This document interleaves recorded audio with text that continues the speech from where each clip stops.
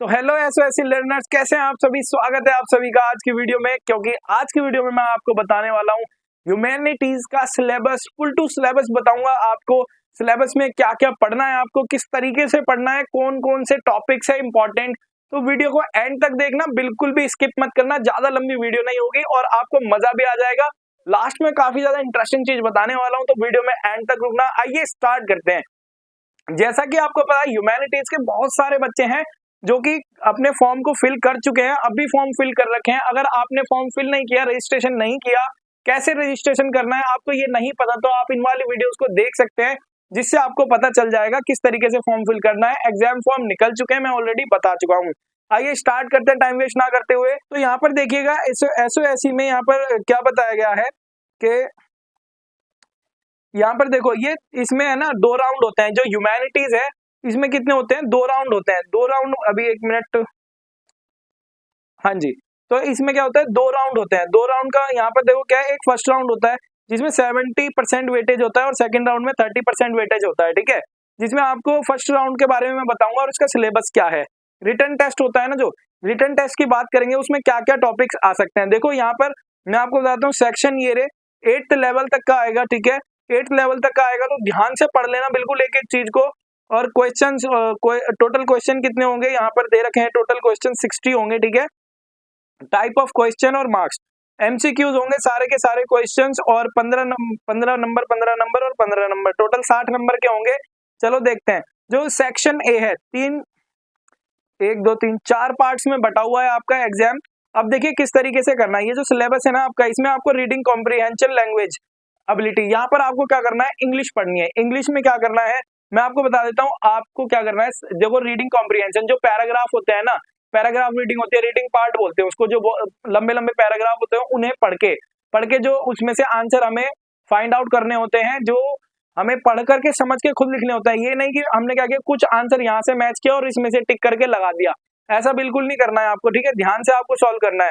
और आपको ग्रामर पढ़नी है। ग्रामर में आपको देखो क्या क्या पढ़ना है। ये ग्रामर हो गया, पंक्चुएशन, स्पेलिंग एरर, और भी जो आपकी पार्ट्स ऑफ स्पीच हो गई, है ना, जैसे कि नाउन, प्रोनाउन, एडजेक्टिव, एडवर्ब, है ना, इंटरजेक्शन, कंजक्शन, ये सब आपको पढ़ने पड़ेंगे। काफी ज्यादा इंपॉर्टेंट है। मोडल्स पढ़ लेना, टेंस पढ़ लेना अच्छे से। इनसे एरर आएंगे, स्पेलिंग मिस्टेक्स आएंगी, तो आपको ये सब करेक्ट करना होगा, ठीक है। ये बात आपको समझ में आ गई। अब बात करते हैं सेक्शन बी की।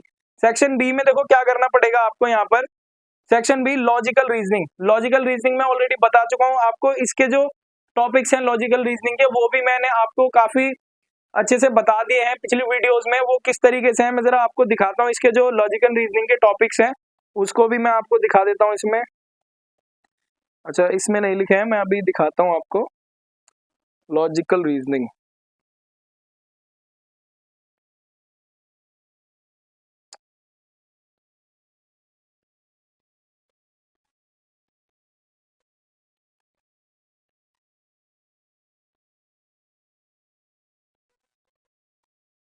हाँ जी, ये मेंटल एबिलिटी, लॉजिकल रीजनिंग, ये होती है रीजनिंग। आपको इसमें ये वाले टॉपिक्स आपको पढ़ने हैं। Series, analogy, odd one out, coding, decoding, syllogism, missing number, statement analysis, और ये हो गया आपका स्टेटमेंट एनालिसिस, और ये सिंबल सब्स्टिट्यूशन हो गए, Venn diagram, direction, sense, cube, dice, calendar, clock, distance. ये सब टॉपिक आपको अच्छे से पढ़ने हैं ताकि आप एग्जाम को क्लियर कर सकते हो। और रीजनिंग कोई इतने कठिन सब्जेक्ट नहीं है, आप बड़ी आसानी से पढ़ सकते हैं इसको, ठीक है।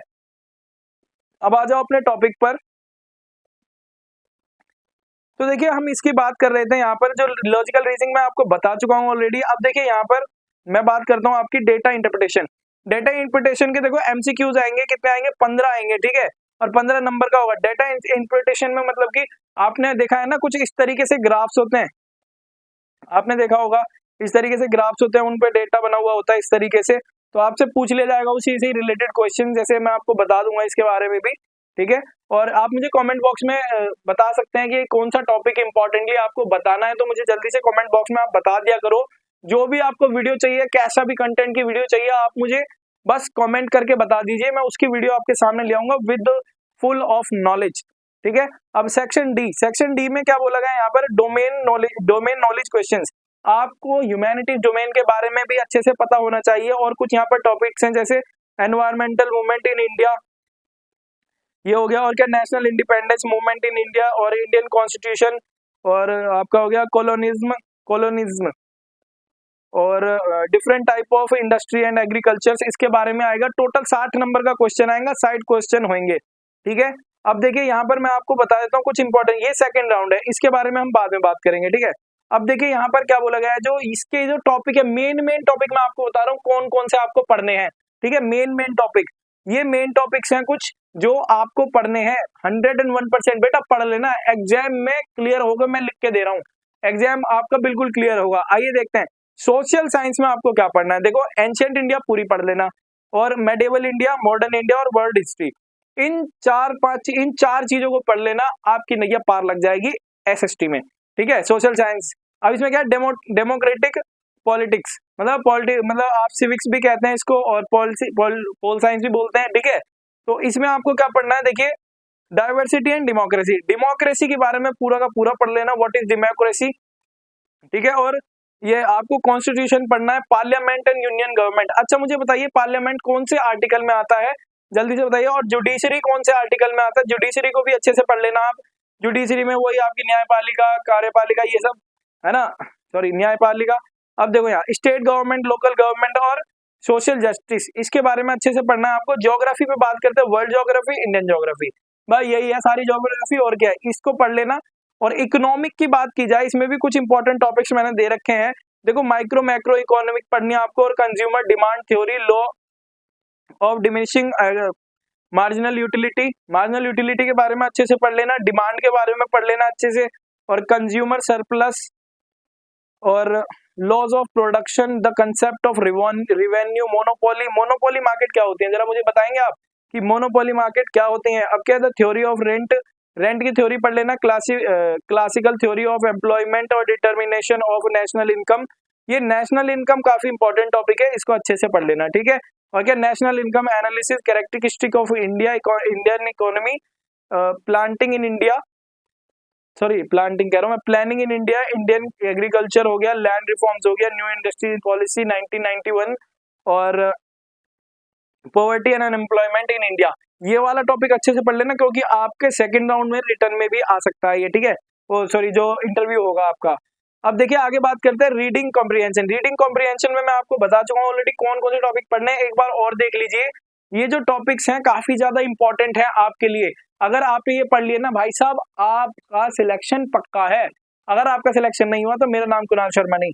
चलो स्टार्ट करते हैं। यहाँ पर देखो क्या है, पैसेज हो गया, और reordering sentences, noun preposition, adjective, adverb, degree of comparison, ये अच्छे से पढ़ लेना। और डेटरमिनर आर्टिकल्स और conjunctions, tense, verb, narration, active passive voice, modals and auxiliary, non finite, commonly confusing words, spelling errors, बहुत ज्यादा कंफ्यूजन होना चाहिए बच्चों को, इसमें स्पेलिंग एरर्स ठीक करनी है तो बुक पढ़ना चालू कर दो इंग्लिश की, इडियम, फ्रेजेस और सिनोनिम एंड एंटोनिम, ठीक है, इन्हें भी पढ़ लेना। और एक और चीज, एक्रोनिम्स को भी पढ़ लेना। एक्रोनिम्स के बारे में देखते हैं कौन बताएगा, व्हाट इज एक्रोनिम, जल्दी से बताइए कमेंट बॉक्स में। अब देखो यहाँ पर क्या है, लॉजिकल रीजनिंग के बारे में, ओहो यहाँ लिखा हुआ है, तो ये सारे टॉपिक्स मैं ऑलरेडी आपको बता चुका हूँ लॉजिकल रीजनिंग के बारे में, ठीक है।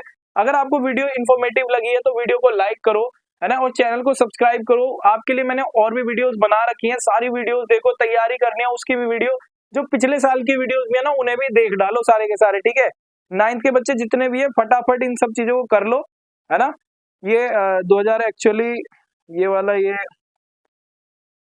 24-25 है, ठीक है। ये आपका पूरा का पूरा मैंने आपको बता दिया सिलेबस क्या होगा, इससे बाहर कुछ नहीं आने वाला, ठीक है। इन सबको पढ़ो अच्छे से और ग्रो करो। मिलते हैं नेक्स्ट वीडियो में। वीडियो को लाइक करो, चैनल को सब्सक्राइब करो। थैंक यू, जय हिंद, जय भारत।